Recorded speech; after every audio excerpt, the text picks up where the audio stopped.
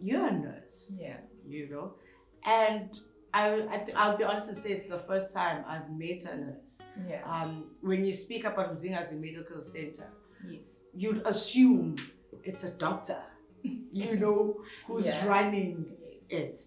And I'm not saying that in this society there is some sort of not recognizing nurses Yes. in that field, but if we are honest to each other, one would not assume that a nurse can take that role as a director. I have different practitioners that I respect. I always tell them that I'm just a nurse, I'm just a nurse. So I always treat others with respect, and I don't look down on anyone, Instead, everyone I treat them as my managers, The doctors that I work with, they are my managers.